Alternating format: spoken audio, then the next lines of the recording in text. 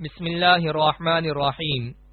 صرف 5 منٹ کا مدرسہ قرآن و حدیث کی روشنی میں 11 محرم الحرام۔ نمبر 1، اسلامی تاریخ۔ حضرت نوح علیہ السلام۔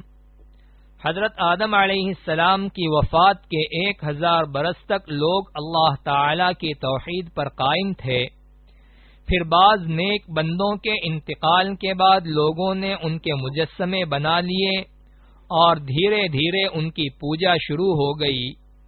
اس طرح پورے عرب و عجم میں شرک و بت پرستی کی بنیاد پڑ گئی۔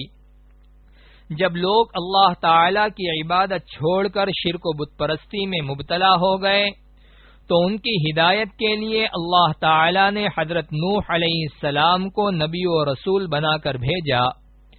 حضرت نوح علیہ السلام کا شمار دنیا کے عظیم ترین انبیاء میں ہوتا ہے۔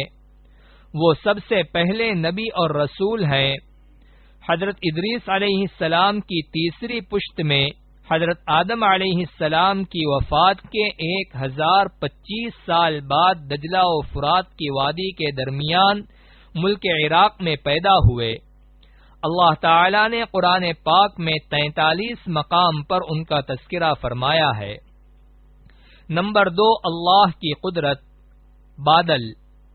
اللہ تعالی تیز ہواؤں کے ذریعے بکھرے ہوئے بادلوں کو فضا میں جمع کر کے ایک دوسرے سے ملا دیتا ہے، پھر ان بادلوں کو برف کے پہاڑوں کی شکل دے دیتا ہے جن کی موٹائی سینکڑوں فٹ ہو جاتی ہے۔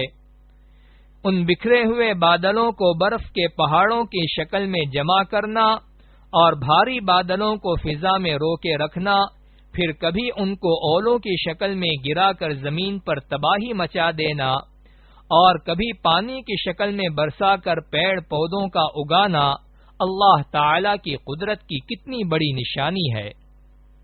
نمبر 3، ایک فرض کے بارے میں، بیوی کی وراثت میں شوہر کا حصہ۔ قرآن میں اللہ تعالی فرماتا ہے، تمہارے لیے تمہاری بیویوں کے چھوڑے ہوئے مال میں سے آدھا حصہ ہے جبکہ ان کی کوئی اولاد نہ ہو، اور اگر ان کی اولاد ہو تو تمہاری بیویوں کے چھوڑے ہوئے مال میں 1/4 حصہ ہے۔ تمہیں یہ حصہ ان کی وصیت اور قرض ادا کرنے کے بعد ملے گا۔ نمبر 4، ایک سنت کے بارے میں، وضو کا پانی کھڑے ہو کر پینا۔ حضرت حسین رضی اللہ عنہ بیان کرتے ہیں کہ ان کے والد حضرت علی رضی اللہ عنہ نے وضو کیا اور وضو کا بچا ہوا پانی کھڑے ہو کر پیا۔ میں نے تعجب کیا، مجھے دیکھا اور کہا کہ تعجب کی کیا بات ہے؟ میں نے رسول اللہ صلی اللہ علیہ وسلم کو اسی طرح کرتے ہوئے دیکھا ہے۔ فائدہ: وضو سے بچا ہوا پانی اور آب زمزم کھڑے ہو کر پینا سنت ہے۔ نمبر 5، ایک اہم عمل کی فضیلت، شکریہ ادا کرنے کی دعا۔ رسول اللہ صلی اللہ علیہ وسلم نے فرمایا، جس شخص کے ساتھ بھلائی کا معاملہ کیا گیا اور پھر اس نے بھلائی کرنے والے کو جزاک اللہ خیرا کہا تو گویا اس نے شکریہ کا حق ادا کر دیا۔ نمبر 6، ایک گناہ کے بارے میں، جھوٹی گواہی شرک کے برابر۔ رسول اللہ صلی اللہ علیہ وسلم نے فرمایا، جھوٹی گواہی اللہ کے ساتھ شرک کرنے کے برابر ہے۔ یہ بات رسول اللہ صلی اللہ علیہ وسلم نے 3 دفعہ ارشاد فرمائی۔ نمبر 7، دنیا کے بارے میں، دنیا کو مقصد نہ بنانا۔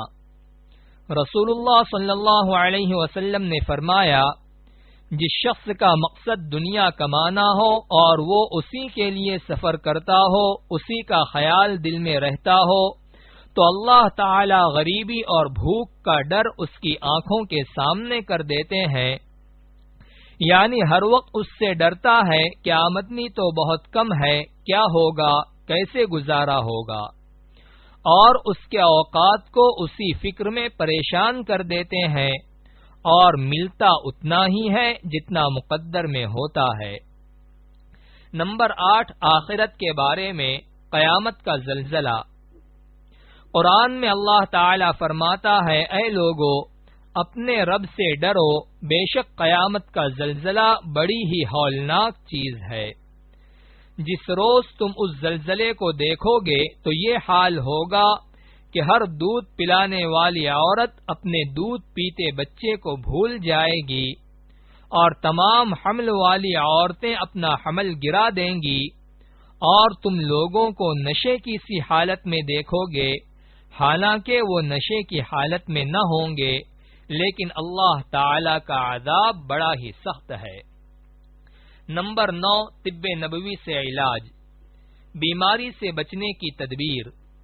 حضرت جابر رضی اللہ عنہ بیان کرتے ہیں کہ میں نے رسول اللہ صلی اللہ علیہ وسلم کو فرماتے ہوئے سنا کہ برتنوں کو ڈھانک دیا کرو اور مشکیزیں یعنی برتن وغیرہ کا منہ بند کر دیا کرو، کیونکہ سال میں ایک ایسی رات آتی ہے جس میں وبا اترتی ہے، پس جس برتن یا مشکیزے کا منہ کھلا رہتا ہے تو اس میں داخل ہو جاتی ہے۔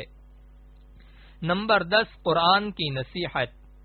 قرآن میں اللہ تعالی فرماتا ہے، اے ایمان والو، تم کئی گنا بڑھا کر سود مت کھایا کرو اور اللہ سے ڈرتے رہو تاکہ تم کامیاب ہو جاؤ۔